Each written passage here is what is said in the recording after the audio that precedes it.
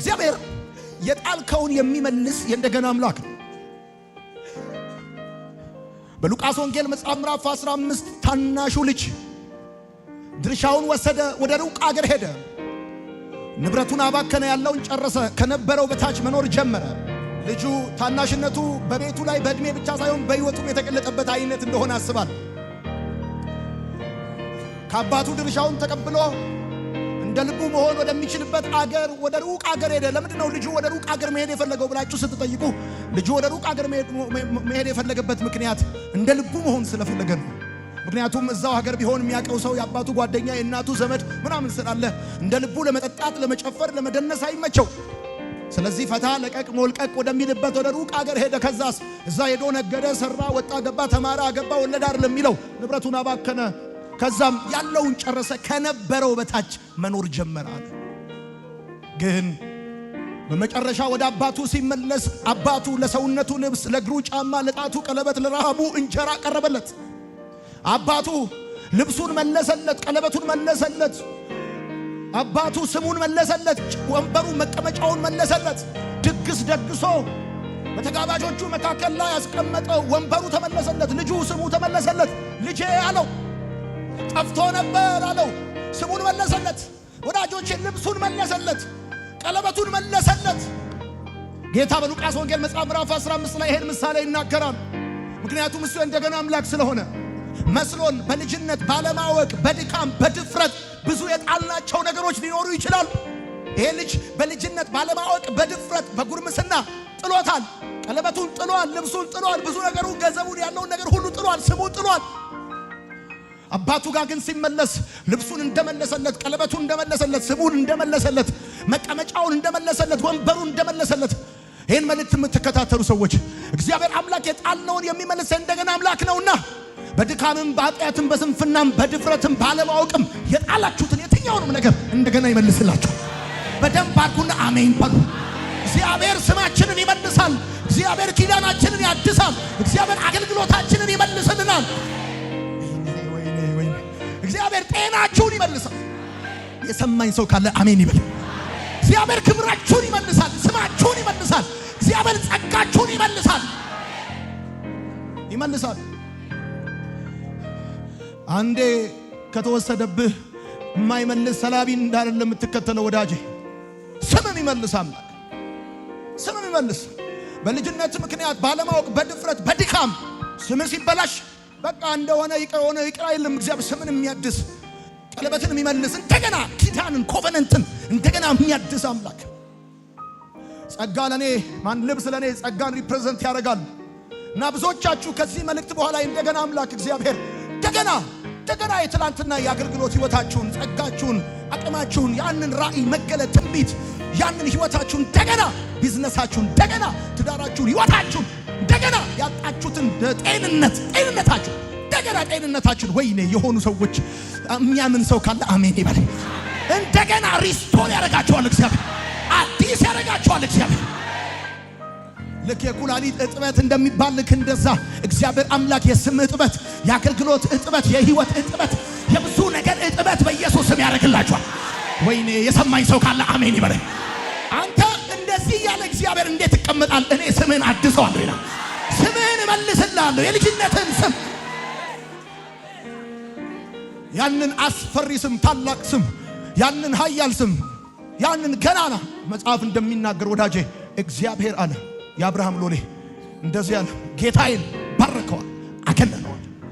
የአብርሃም ስም ገናና ስም እና በትንሽም በትልቅም በተራም በምናምን ምክንያት በብዙ ጉዳይ በስማችሁ ላይ የማይሆን ነገር የተለቀለቀባችሁ፣ በስማችሁ ላይ ብዙ ነገር የተጻፈባችሁ በጌታ በኢየሱስም ከዚህ ቀን ጀምሮ እግዚአብሔር ስማችሁን ያድሰዋል። ይሄ ነገር መስታወት ሆኖ ነው የተውኩት በጌታ በኢየሱስም። በብዙ ነገር ወዳጄ ቀለም ቀቢ ታውቃለህ? የቀለም ቀቢ ልብስ ካየኸው ብዙ ቀለም አለበት። ቀለሙ ብዛቱ የሚነግርህ ልምድ ያለው ቀቢ እንደሆነ ነው። እዚህ ቤት ቢጫ እዛ ቤት አልጫ ሲቀባ እንደነበረ ነው የሚነግርህ። እና አንዳንድ ቀለም ቀቢዎች ወደው ሳይሆን ቀለማቸውን ጨርሰው ያቆማሉ። በጌታ በኢየሱስ ስም በእናንተ ላይ የወጣ ስማችሁን የሚያጠፋ የስም አጥፊ ብሩሽ ከዚህ ሰዓት ጀምሮ የተመታ ይሁን በኢየሱስ ስም የተመታ ይሆን።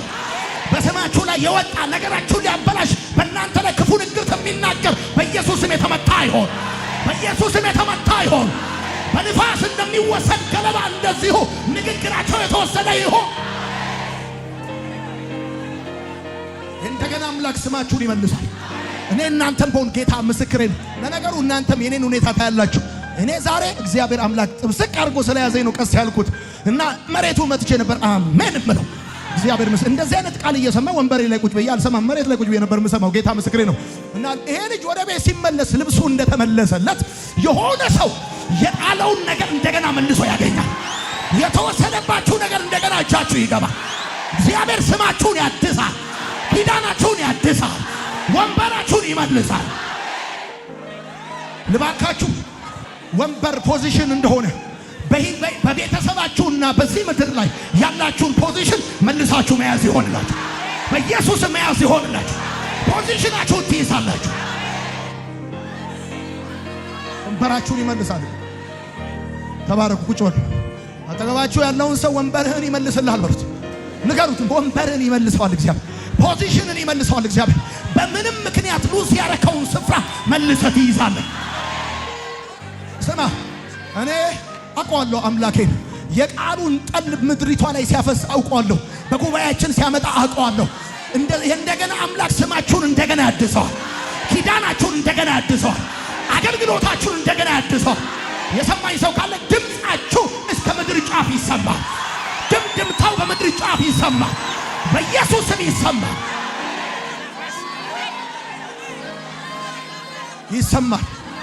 ይሰማል። ይሰማል።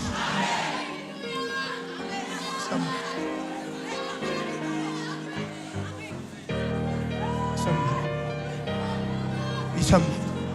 እኔ ስመጣ ጌታ ብሎኝ በቀደም ዕለት ነግራችኋለሁ። ሳገለግላችሁ እዚህ ቤት ያላችሁትን 2300 500 ሰዎች ብቻ አስቤ አላገለግልም።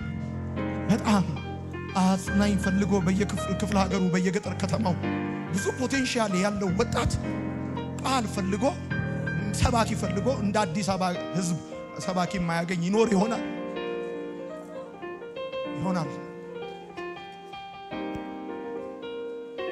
መጽሐፍ እንደሚናገር እንደገና አምላክ ልጁ ከሩቅ ሲመጣ ይላል መጽሐፍ ሲናገር አባቱ ከሩቅ አየው። ብዙ ጊዜ ተናግሬዋለሁ። ሮጦ ሳመው ይላል፣ አቀፈው ይላል፣ አቀፈው። ይሄ ልጅ ሲሄድ የለበሰውን እንዳልሆነ ሲመለስ ለብሶ የመጣው እርግጠኛ ነኝ። እሪያዎች ጋር ተቀጥሮ ይሰራ እንደነበር፣ አሳማ ቆሻሻ እንደሆነ አውቃለሁ። ቆሽሾ እንደመጣ ጠረኑ ጥሩ እንዳልሆነ ግን አባቴ እንደገና አባት አይደል አልተጸየፈውም፣ አቀፈው። ወዳጆቼ የጨረሰው የራሱን ነው፣ ያባቱ አልተነካም። ያባከነው የራሱን ነው፣ ያባቱ ገና ነው። ለከሳ ልጁ እቤት የሚወፍር በጋለው አባትየው። ወዳጆቼ በኃጢአታችሁና በድካማችሁ በስተታችሁና በውድቀታችሁ ምክንያት ሰዎች ሊጸየፏችሁ ይችላል። ሁኬርስ የማይተው የማይሰለች የማይጸየፍ አባት እንዳላችሁ እንድታስቡ ቢግ ሃግ እጁን ዘርግቶ በትልቅ ማቀፍ የሚያቅፋችሁ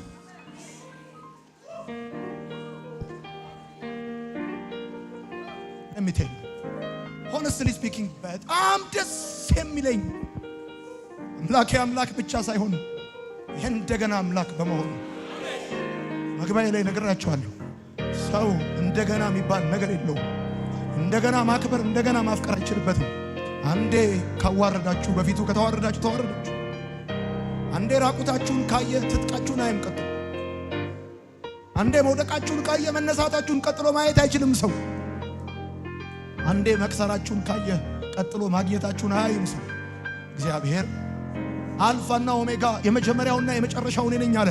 የሕይወትን መጽሐፍ በእጁ የያዘ ሰው የምታልፍበትን ነው የሚያየው። እግዚአብሔር ግን የምትደርስበትን ያያል። በደንብ አርካ አሚን በል። ስማችሁን፣ ፖዚሽናችሁን፣ ክብራችሁን፣ ኪዳናችሁን፣ አገልግሎታችሁን፣ ቢዝነሳችሁን፣ ባለማወቅ ምክንያት ያጣችሁትን ጤና፣ በልጅነት ምክንያት ያጣችሁትን ትዳር፣ አገልግሎት፣ ስራ፣ ህይወት፣ ስም እንደገና አምላክ ያድሰዋል። ቃል አለኝ ዛሬ የሚል ሰው አሜን ይበል። ቃል አለኝ የሚል ሰው ያጨበጭባል በደንብ አለ። በጌርጌሴኖን ለብዙ ዘመን ራቁቱን የነበረውን በመቃብር እንጂ በቤት የማይኖረውን ሰውነቱን በድንጋይ ያቆስልና ይጎዳ የነበረውን ወዳጆቼ ጌታ ወደዚህ ራቁቱን ወደ ሆነ ሰው መጣ። ራቁትን አድራሻ አድርጎ ቢመጣ የኔ ጌታ ብቻ። ሰው ልብስን፣ ክብርን፣ ገንዘብን፣ ሽቶን፣ ስምን፣ ስልጣንን አድራሻ አድርጎ ይመጣል እንጂ ራቁትን አድራሻ አድርጎ አይመጣም። ወደዚህ ወደ ማንም ወደማይጠጋው ማንም ወደማይቀርበው የሙታን እንጂ የሕያዋን ባልንጀራ ወደ ሌለው ወደዚህ ሰው ጌታ ተጠጋ።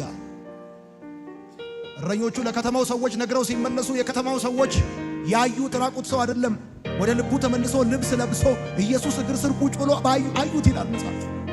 ወዳጅ ከእንደገና በፊት ራቁትን ያዩ፣ ከእንደገና በኋላ ራቁትን አዩ። ያኔ ነበር ራቁትን ያዩ፣ ከእንደገና በኋላ ክብርህን ነው የሚያዩት፣ ልብስህን ነው የሚያዩት። የሰማኝ ሰው ካለ አሜን ይበል። ከእንደገና በኋላ ሞገስህን ነው የሚያዩት፣ መጎብኘትህን ነው የሚያዩት። ዛሬ እኔ ባርካለሁ። በብዙ ሁኔታው ስታልፍ ያዩ ሰዎች መጎብኘትን ያያሉ፣ ክብርህን ያያሉ። ስትዋረድ ያዩ ክብርህን ያያሉ፣ ስታጣ ያዩ ስታገኝ ያያሉ። አሜን። እግዚአብሔር እንደገና አምላክ ሴ አሜን። የመጀመሪያው እግዚአብሔር የረሳኸውን የሚያስታውስ እንደገና አምላክ። ሁለተኛው እግዚአብሔር የጣልከውን የሚመልስ እንደገና አምላክ። ደግሞ እኮ ይገርማል። ብልሽት ያረከውን ነገር ሁሉ ነው የሚመልሰው። እንደገና ምንም ማድረግ አይቻልም። ምን ማድረግ ይቻላል?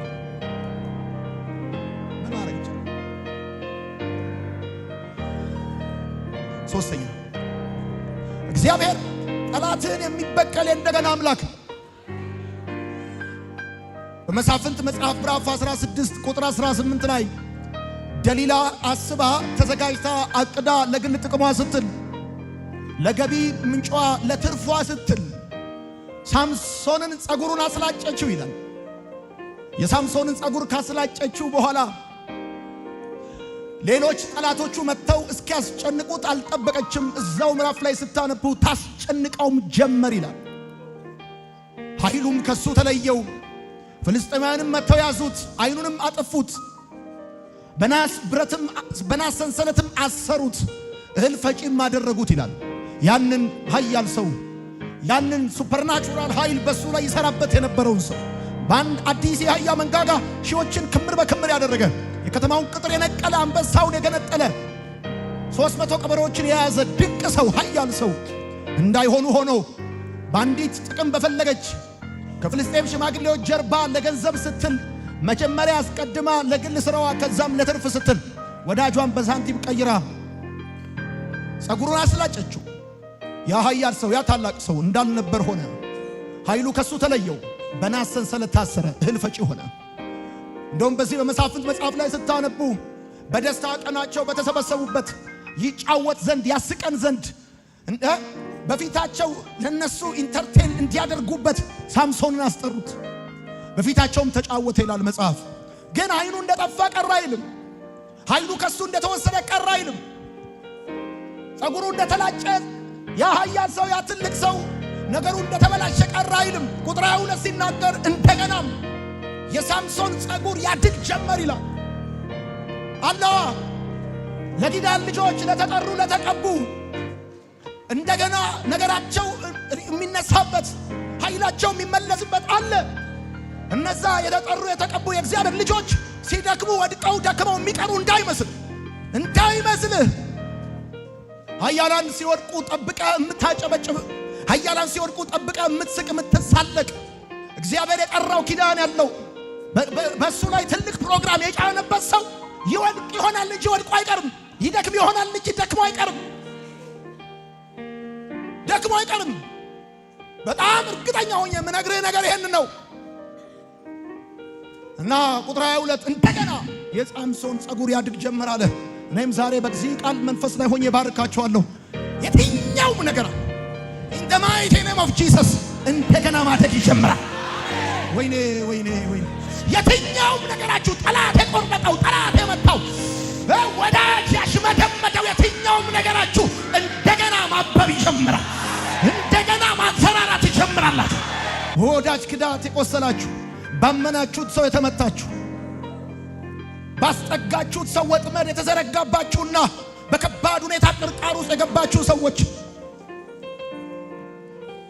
መጽሐፍ ለሁሉም ጊዜ ያለው እንደሚል ቁጥር 22 ላይ የሳምሶን ጸጉር እንደገና ማደግ ጀመረ ተብሎ እንደተጻፈ ልክ እንደዛ አሁን ደግሞ በተራው የናንተ ነገር፣ የናንተ ቤት፣ የናንተ ህይወት፣ የናንተ አገልግሎት፣ የናንተ ጸጋ፣ የናንተ ጥሪ፣ የናንተ ቢዝነስ ከተመታበት ከተቆረጠበት ለምን ስሩ በአፈር ውስጥ ቢሞት እንኳን ተብሎ እንደተጻፈ ወዳጄ እግዚአብሔር ያለው ተስፋ አለው። የሰማኝ ሰው ካለ አሜን ይበል። ዘመን ካለው ሰው ይልቅ እግዚአብሔር ያለው ሰው ተስፋ አለው። ብር ካለው ይልቅ እግዚአብሔር ያለው ሰው ተስፋ አለው። ጓደኛ ካለው ይልቅ እግዚአብሔር ያለው ሰው ተስፋ አለው።